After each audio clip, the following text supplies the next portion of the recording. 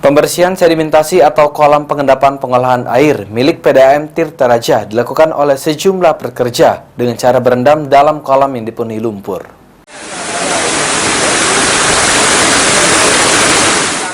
PDAM Tirta Raja Kabupaten Oku melakukan pengurasan lumpur pada kolam sedimentasi atau pengendapan pengolahan air. Pengurasan ini dilakukan karena banyaknya lumpur yang mengendap mencapai 2 meter.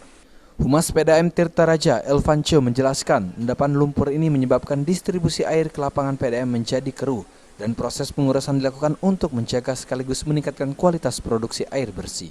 Dampak pengurasan lumpur menyebabkan distribusi air dari PDAM ke pelanggan tidak mengalir maksimal. Estimasi pengerjaan diperkirakan selama 3 hari, yaitu di Kecamatan Batu Raja Barat dan Timur akan terdampak. Bak sedimentasi, di mana bak sedimentasi tersebut sudah banyak lumpur halus karena tingginya curah hujan yang sekarang pada saat ini. Untuk ketinggian lumpur apa? Ketinggian lumpur hampir sampai 2 meter. 2 meter. Itu lumpur-lumpur itu dibuang kemana, Pak?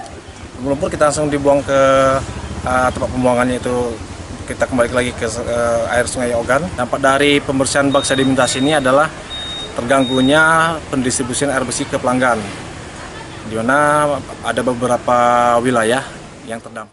Atas kondisi ini, PDAM Tirta Raja meminta kepada pelanggan untuk memaklumi selama dilakukan pengurasan lumpur. Pelanggan diminta menggunakan air seperlunya.